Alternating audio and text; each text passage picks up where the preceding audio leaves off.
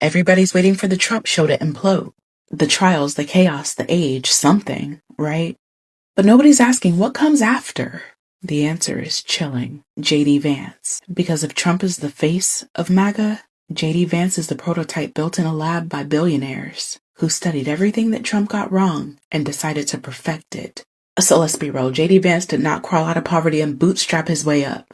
He was engineered, funded. Peter Thiel, the same billionaire who helped bankroll Facebook, who dreams of rewriting democracy, poured millions into making Vance the one. They took a Yale law grad, a Wall Street insider, and turned him into hillbilly JD, the flannel-wearing everyman. His memoir wasn't empowerment. It was bait. A story sold to elites about poor white Appalachia. Also, they could feel superior and he could launch himself into power. But here's the difference. Trump stumbled into power. He tripped on celebrity and white grievance and accidentally became president. He never thought he'd win. We never thought he'd win. What?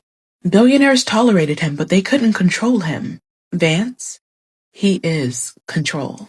He's the dream candidate for the ultra-rich. Smart enough to carry out an agenda. Cynical enough to flip-flop on his beliefs. And ruthless enough to clock cruelty in calm speeches. He once called Trump America's Hitler, and then sold his soul for power once he realized that MAGA was the ticket. And that's what makes him worse, right? Trump's reckless. We all know that. Vance, though, Vance is precise. History teaches us it is never the loudest fire starter who cements authoritarian rule.